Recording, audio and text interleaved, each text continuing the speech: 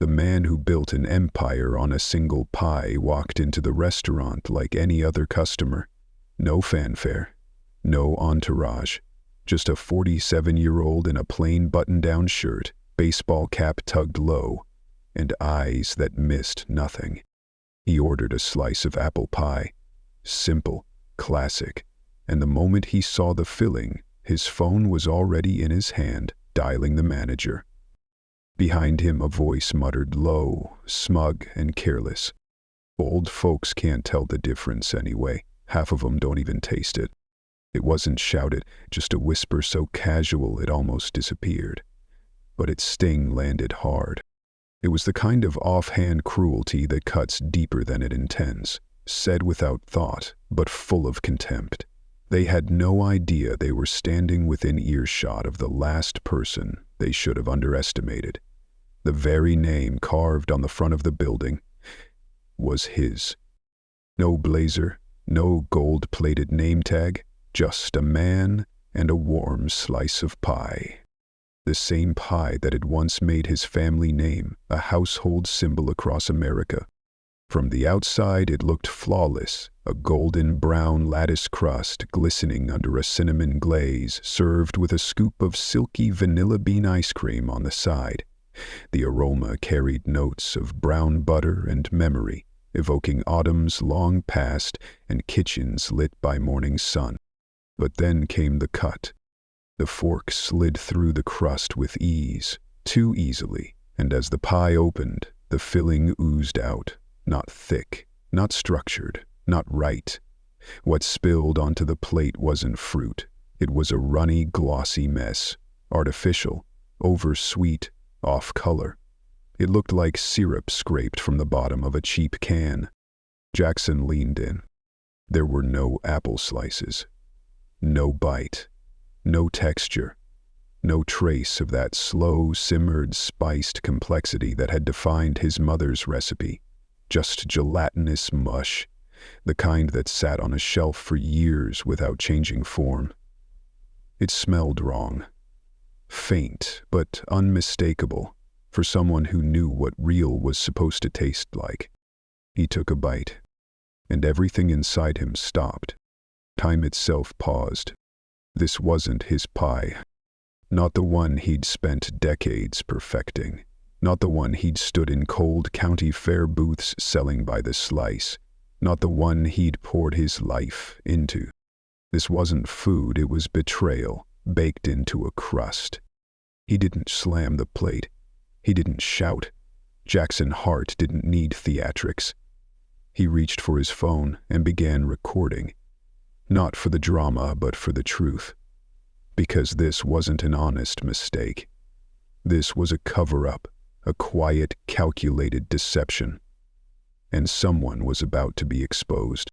A fake ingredient, a vendor off the books, a long, crooked supply chain stretched across state lines, all hidden beneath a dessert no one thought the founder would ever touch.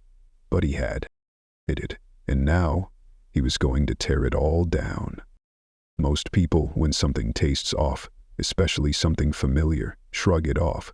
They assume it's just them, a bad batch, a tired tongue, and so they stay quiet.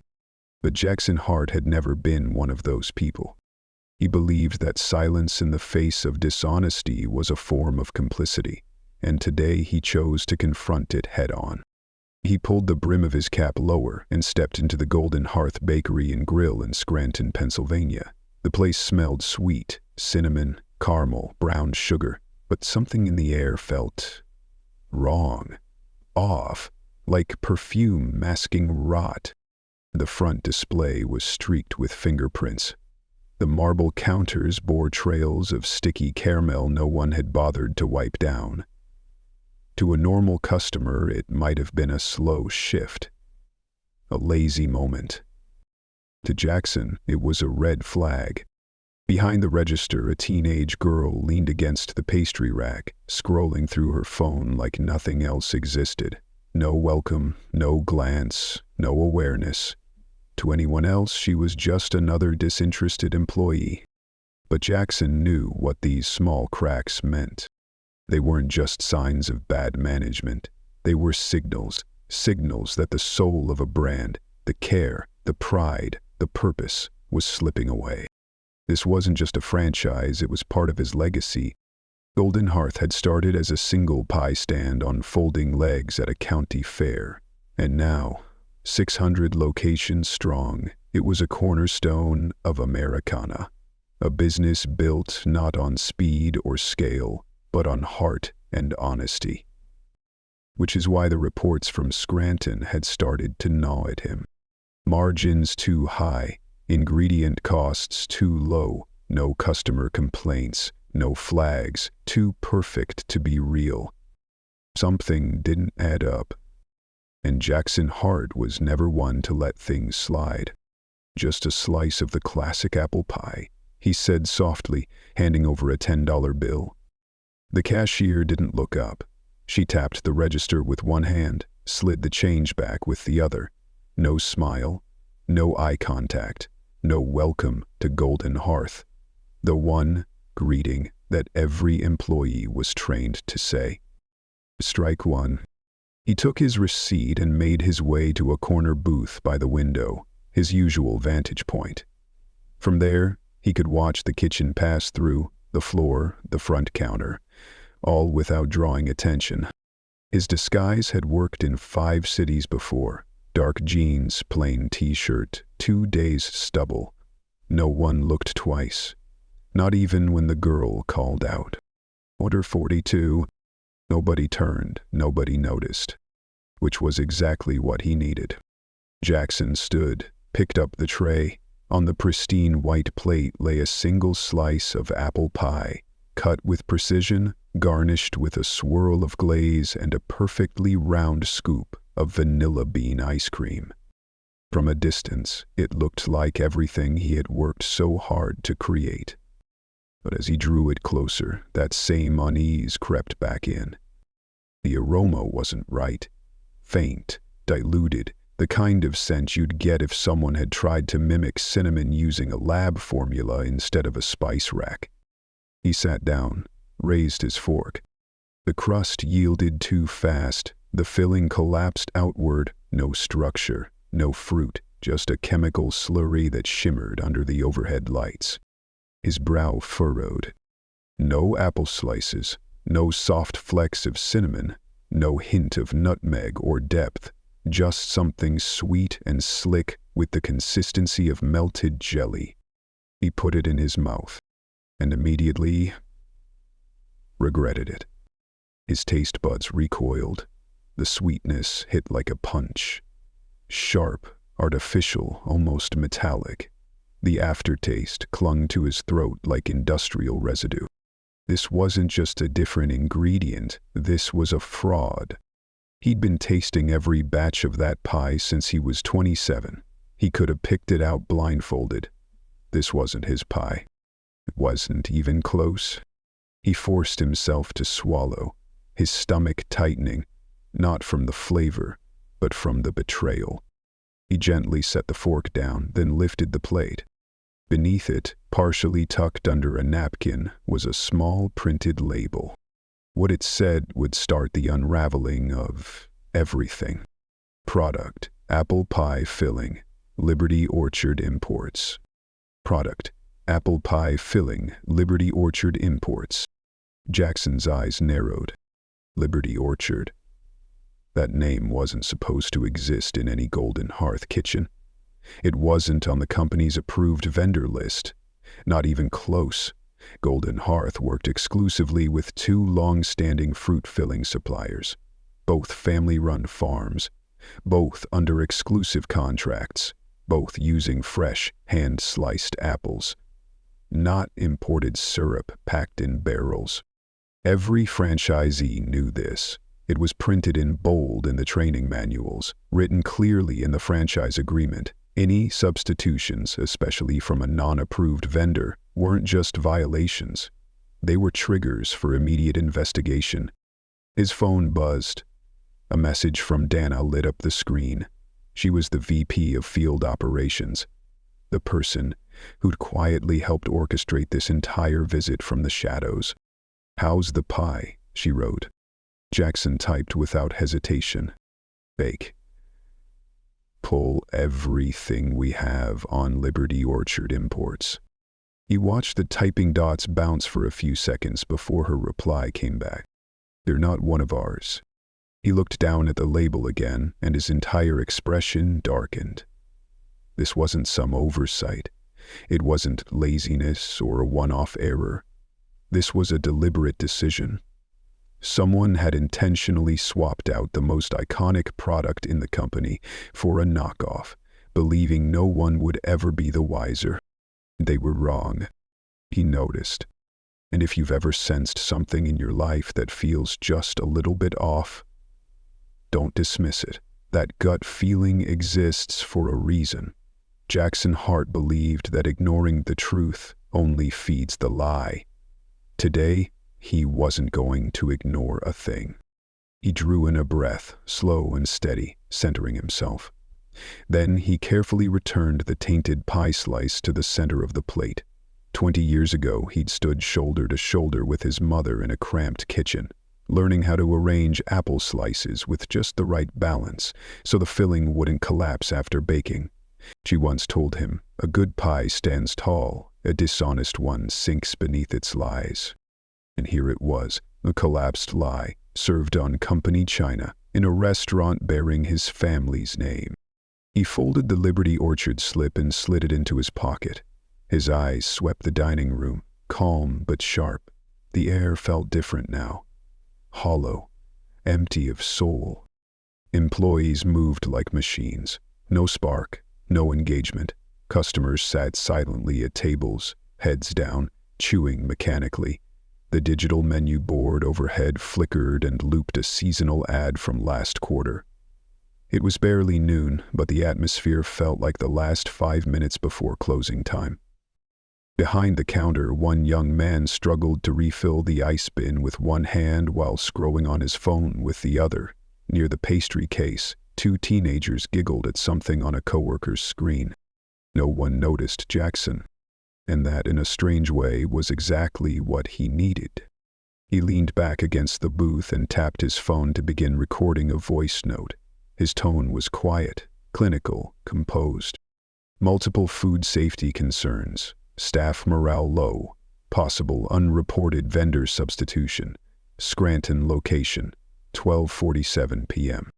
His gaze drifted toward the rear of the store, where a frosted glass door bore the words, "Authorized personnel only, office." That was where the real answers waited. Aaron Paulson, the store manager, a 10-year veteran of Golden Hearth. That morning, Jackson had reviewed her file in detail. For the first 7 years, she had been rock solid, dependable, consistent, respected. But in the last year, something changed. Profits rose, ingredient costs plummeted, customer feedback went eerily quiet. Too quiet. It wasn't just strange, it was orchestrated. His phone buzzed again. Another message from Dana. Liberty Orchard was incorporated last year in Delaware. No record of prior food industry activity. Registered agent Charles Paulson. Jackson stared at the name for a long second before his fingers tapped a reply. Any relation to Karen? The answer came back almost instantly. Her brother. I'm pulling financials now. His jaw clenched. It was starting to line up.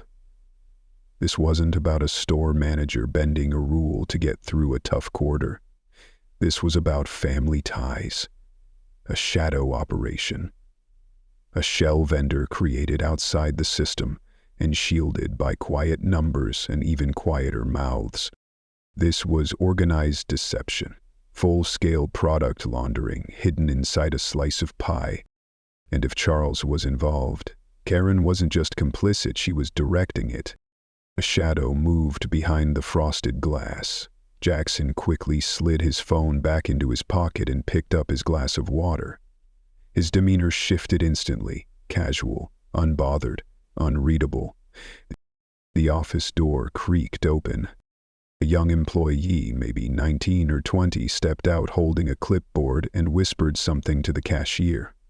Both of their eyes flicked toward Jackson, quickly, like they didn't want to get caught looking. The disguise was starting to slip. Jackson stood, carried his tray to the bus station, and approached the counter.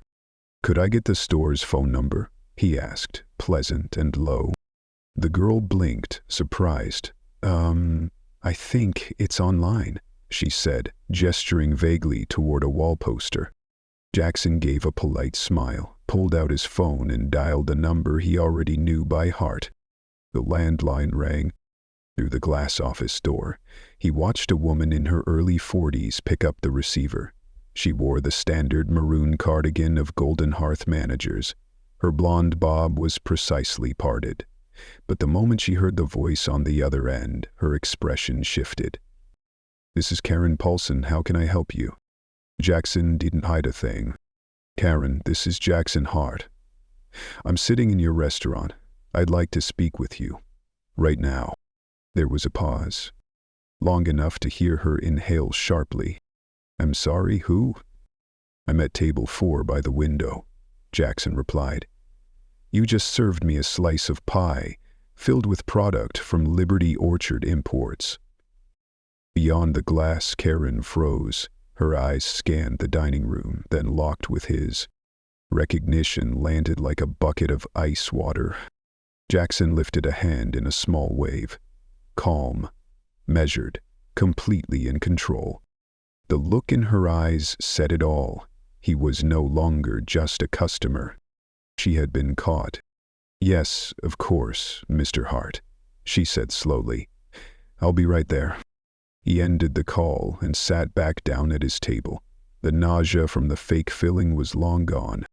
What replaced it now was something colder, something burning, the betrayal of a man who'd been lied to in his own home. He folded the napkin carefully beside the plate, placed his phone face down at the center of the table, and waited.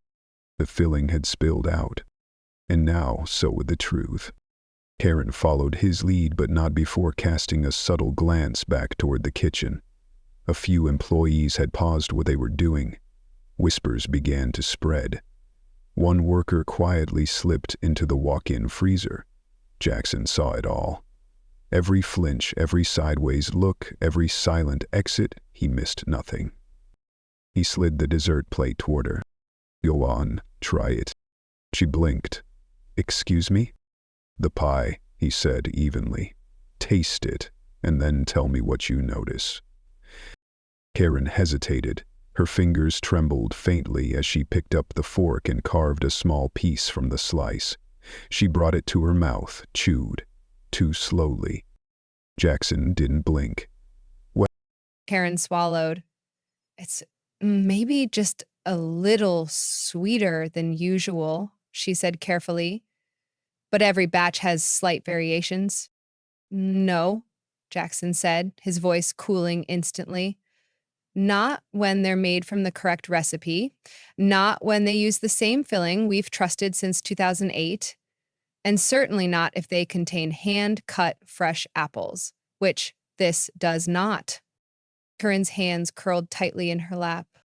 "Hmm, I assure you," she said stiffly, "this location has always upheld Golden Hearth standards." Without a word, Jackson pulled the Liberty Orchard label from his pocket and placed it in the center of the table. Then explained this. her eyes dropped, froze, then lifted, slowly.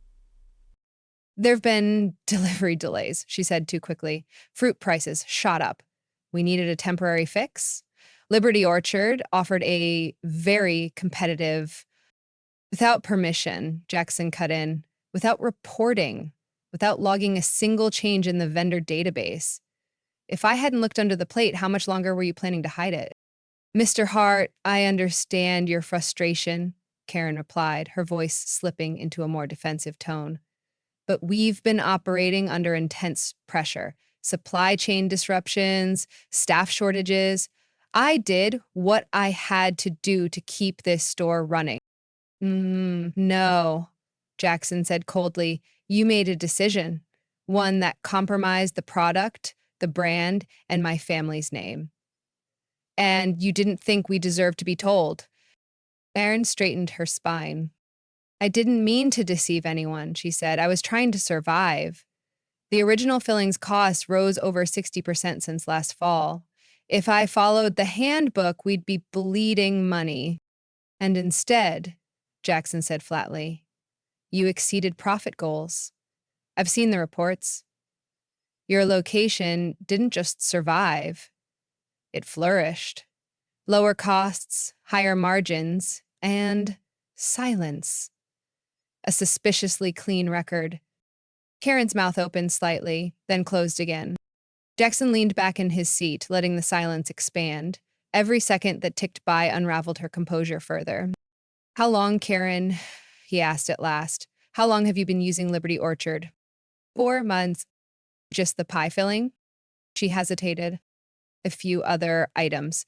Brownie mix, canned cherries, but only when absolutely necessary. We stayed within reason.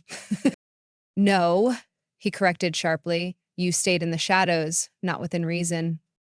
He pulled out his phone and placed it on the table, screen down, the recorder running.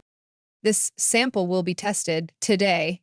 If there's anything else you'd like to share before that, now's the time. Karen sat straighter, her face hardened.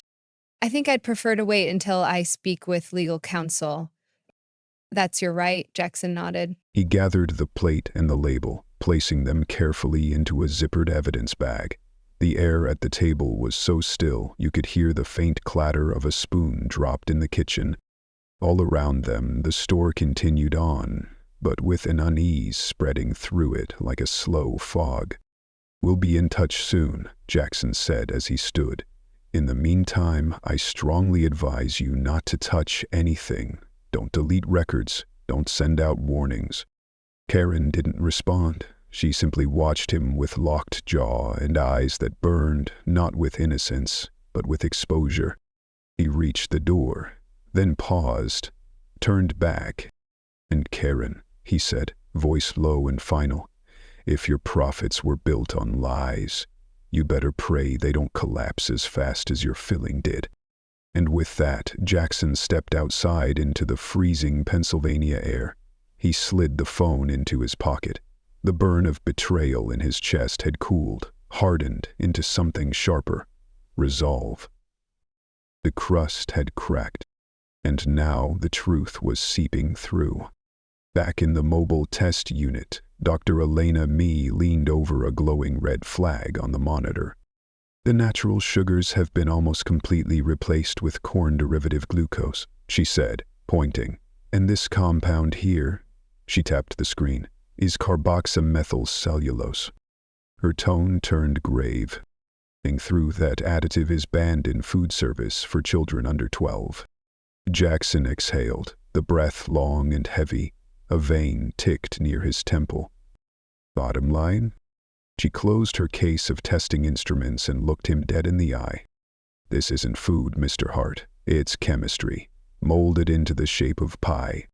And if customers have been eating this for months, her voice dropped an octave, then you're not just facing fraud, you're facing a full-blown crisis of trust. As she packed up, Jackson returned to his phone. A new message from Dana blinked onto the screen, and this one hit colder than all the rest.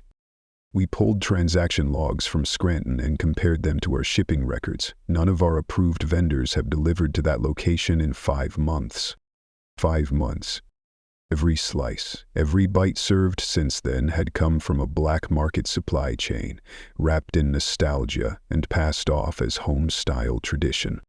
Jackson sat on the edge of his hotel bed, the weariness pulling hard at his bones. He thought about the customers, families, kids, elderly regulars, the ones who trusted the Golden Hearth name to mean something real. Instead, they had been fed a manufactured lie. Another message, Dana again. You need to see this. He opened the attachment. A scan of a payment record. Signature at the bottom, Karen Polson. Neat. Measured. Deliberate. Dozens of transactions, each carefully broken below the internal audit threshold. He picked up the box again. Same packaging. Same lattice crust. Same warm branding. What inside? A betrayal. And now he knew Scranton wasn't the only one. This was bigger, deeper, a rot that had spread beyond the surface. Tomorrow, he would put on a new badge, a new name, not as a founder, but as a field investigator.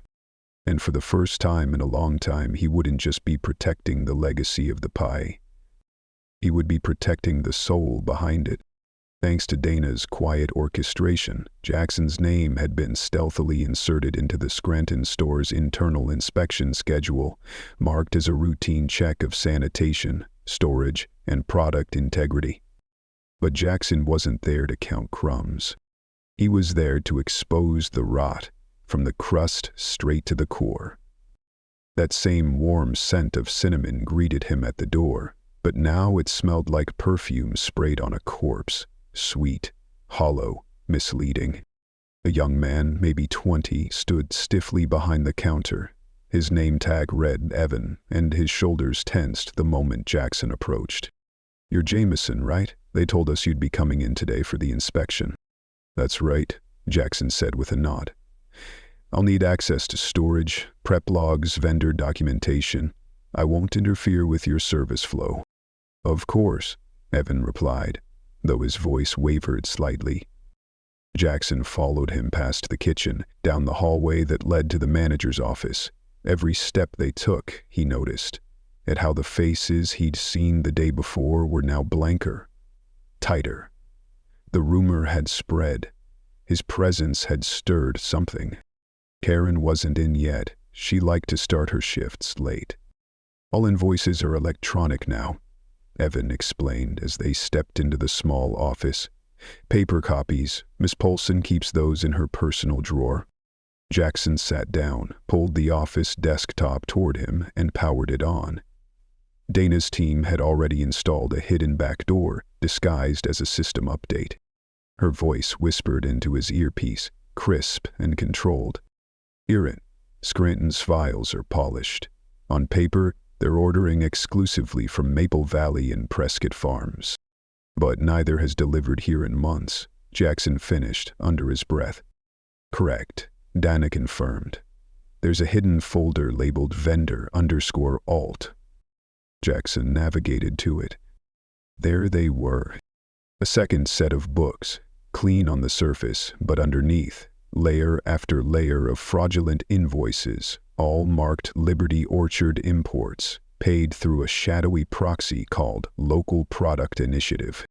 "They're running 2 sets of records," Jackson muttered, "one for corporate, one for themselves."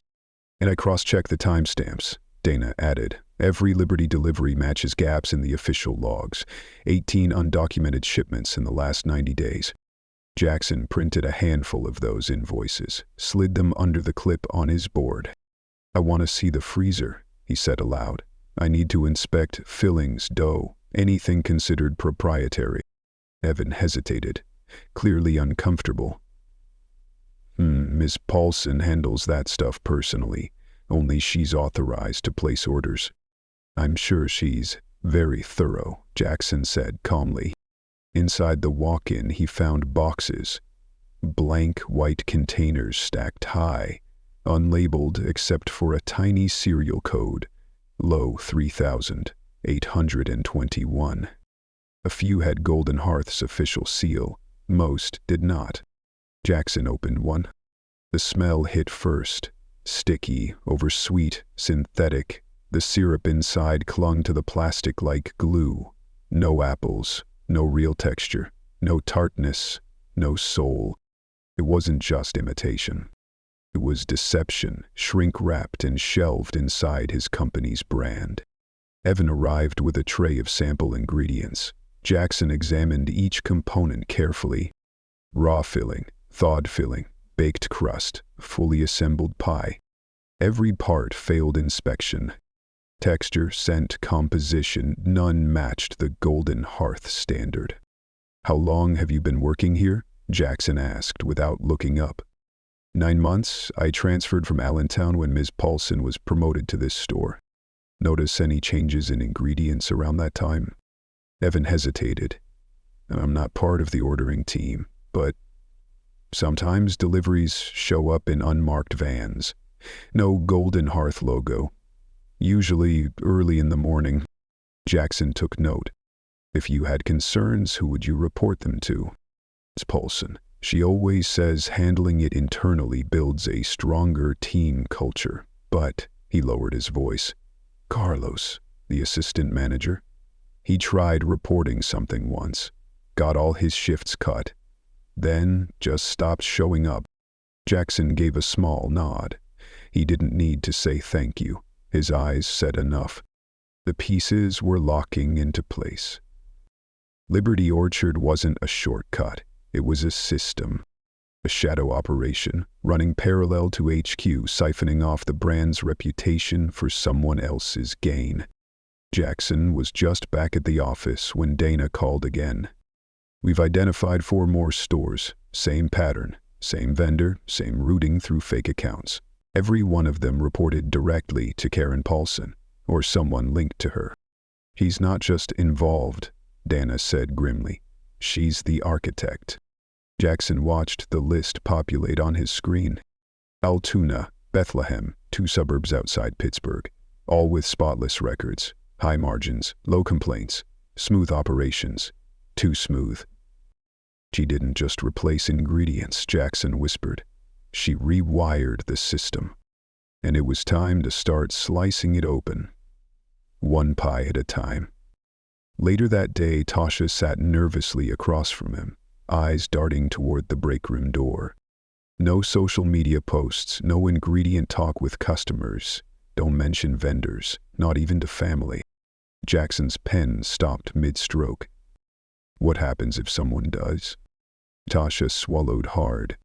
James used to work in the kitchen, said once the filling tasted weird. 2 days later, he was scrubbing toilets and had his hours cut to 4 a week. Did he quit? She shook her head slowly. He'd just stopped coming. Jackson tapped the side of his clipboard. Do you know who delivers your filling now?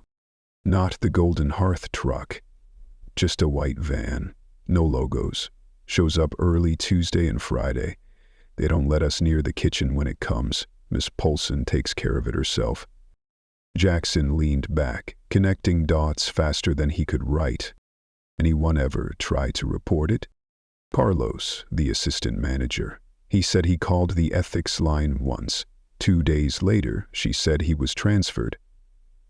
But Dion found his uniform in the trash. Seen anything since? Nothing. Nobody talks. Dion pretends he didn't notice. Marcus keeps his head down. They just tell us. Eyes on the line, mouths shut. Jackson stood and thanked her. She paused, almost afraid to ask. Is something wrong, sir? He offered the faintest of smiles. That's what we're here to find out. She walked away. He remained seated, staring at the clipboard, now full of whispered truths and quiet betrayal. A culture of fear, control disguised as leadership, and NDAs written not for protection, but for silence. A knock pulled him back. Marcus peeked in. Delivery's early. One of the special ones. Jackson glanced at the clock. Thursday, not a scheduled day. Thanks, he said. Let's see what shows up when it's not supposed to. Outside, the white van rolled up. Unmarked, tinted windows. A stubborn gate slammed open. Jackson stayed back, clipboard in hand, blending in with the movement. Karen had arrived, expression tight, eyes sharper than glass. No fake smiles today. She barked orders. Everyone up front, 5 minutes. Jackson edged toward the cooler, watching. 1 box, labeled low 3,821. The same code from last night's test sample. Karen wheeled it in herself, locked the cooler. No one else moved. No one dared question. When she re-emerged, Jackson stepped forward. I'd like to see the invoice. Logged into the system already, she replied curtly. I'd prefer the paper version, standard QA protocol. That won't be necessary. Flat, firm, final. Jackson held her gaze. Ms. Paulson, I'd like to speak to you. 10 minutes. A pause, then a forced smile. Of course. In the break room, door closed behind them. Jackson reached into his pocket. He didn't pull out his QA badge. He pulled out the badge. Founder, CEO, Jackson Hart. Erin's face drained of color. I thought you looked familiar, she whispered. Not familiar enough, Jackson replied, until now. They stared at one another. Outside, life went on. Fryers popped, microwaves hummed. How long? 6 months. 9. Does it matter? What did you do, Karen? They did to keep the store afloat. Ingredient costs soared. Corporate gave us no support. Just pressure to maintain quality. So yeah, I improvised. And guess what? No one complained. They trusted you, Jackson said, ice forming in every syllable. They trusted me, and you fed them syrup and cellulose that wouldn't pass a cafeteria inspection. Erin said nothing. Her eyes flicked back to the badge. You could have called, scheduled a visit, but instead you came here, in disguise, playing the hero. This isn't about me, Jackson said. It's about 12 stores, forged invoices, ghost suppliers, gag orders passed off as NDAs. This isn't survival. This is an empire built on fraud. Karen stood abruptly. If you're firing me, get it over with. Just don't pretend it's about justice. It's because I made it work better than you ever did. Jackson didn't move. You're not wrong, he said. You made it efficient, profitable, but shortcuts, they always lead somewhere. He leaned forward. And we're there now.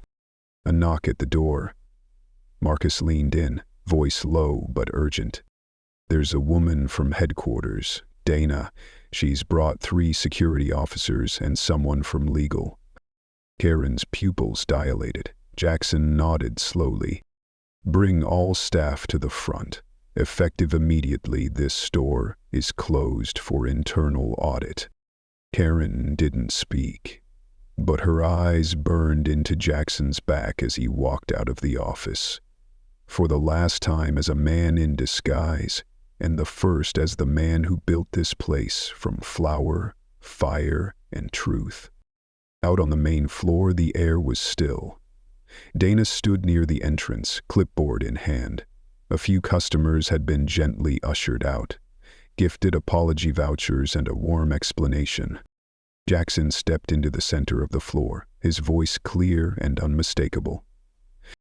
I'm Jackson Hart, founder and CEO of Golden Hearth, and as of this moment, this location is officially closed for internal investigation. The room froze. Some employees gaped. Tasha stood behind the counter, hand covering her mouth.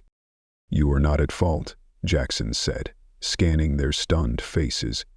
Most of you had no idea what was happening, but we now have concrete evidence of fraud, unauthorized ingredients, and falsified records. And starting today, this ends.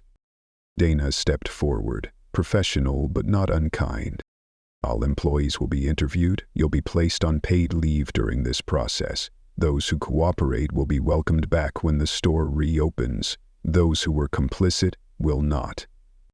Karen stepped into view from the back hallway. She didn't fight, because she'd already lost. Her lips parted, maybe to defend herself, maybe to beg, but no words came, just a hollow silence. Jackson turned back to the team. If you've ever wondered whether someone was listening, we are. We just weren't listening hard enough. That changes now. The silence that followed wasn't one of fear, it was the stillness before a storm moves on and something better takes its place. 3 months later, the Scranton location reopened. Warm apple pie cooling on the rack. The scent of butter, cinnamon, and slow-simmered fruit filled the air again. Not a chemical replica, but the real thing. The kind of scent that made people pause mid-step, breathe deep, and remember. The old frosted glass window had been replaced with clear panes. Customers could now see directly into the kitchen. Every box of ingredients had a bold red QR code, linking to an open-source audit trail. There were no secrets anymore. Dion, now wearing a crisp manager's apron, stood beside Jackson near the front. "Sales are up 32%, he said, barely hiding a grin. "That's because they're not just coming back for the pie," Jackson replied. "They're coming back for the trust." Across the room, Tasha said. Now assistant manager guided a group of school children through a kitchen tour. She pointed out ingredients, explaining the difference between natural and synthetic thickeners. She caught Jackson's eye and smiled. "They came to learn how to bake," she said. "Do you want to start with the story?" Jackson nodded, stepped forward to face the wide-eyed kids.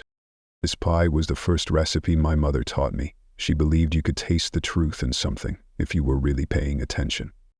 He held up a slice. The crust shimmered under the light. "There was a time when a few stores sold something that looked like this, but it wasn't the real thing. It was cheaper, faster, fake." A little girl raised her hand. "Did you catch them?" Jackson smiled gently. "Yes, we did, but the bigger question was, how did we let it happen?" The answer was simple. We stopped checking, we stopped listening. He turned to Dion and Tasha. "And that's why we changed everything, not just the recipe, the system, the people, the culture." 3 months after that, the verdict. Karen Paulson, 6 years in federal prison for fraud, obstruction of investigation, and food safety violations. Her brother's facility, permanently shut down. Other involved managers, sentenced between 2 and 5 years, full restitution ordered. Jackson listened quietly, not because the headlines now called it a new industry standard, but because that morning an elderly man had walked in holding a faded photograph. "My wife asked for a slice before her checkup," he said. "We used to come here every Friday. She thought maybe she was imagining it when the flavor changed." He took one bite, smiled softly. "This is it. I knew she wasn't imagining things. That's what mattered. Not revenge. Restoration." That night, after the doors had closed, Jackson stood in front of the team. Old staff, new hires, people who'd almost left, but didn't. "6 months ago," he said, "this place was on the edge of collapse. Not because of bad luck, but because someone forgot who we are." He scanned the room, face by face. "But some of you didn't forget. Some of you spoke up. Some of you held the line. And because of that, we didn't just reopen. We came back stronger." He pulled the cloth from the wall-mounted plaque. Etched in steel. "Ingredient is the one ingredient you can't fake." Applause rippled through the room, not for victory, but for return. It is something real. As he walked toward the door, Jackson spotted Tasha, still sorting the volunteer sign-up list for local events. "What did you learn today?" he asked. She looked up, then down at the clipboard, and back at him. "That we're not just baking pies," she said. "We're keeping a promise." Jackson smiled and stepped out into the cool night air beneath the golden glow of the Golden Hearth sign. In life and in business, shortcuts often disguise themselves as solutions. But the cost? It doesn't show up on a balance sheet. It shows in the trust that's lost, in the voices silenced, in the quiet damage no spreadsheet will ever capture. And a lesson? You can fake ingredients. You can fake records. But you can't fake integrity. Sooner or later, the truth leaks out. And when it does, it's the ones who held the line, who said "not on my watch," who will rebuild what matters most. Trust.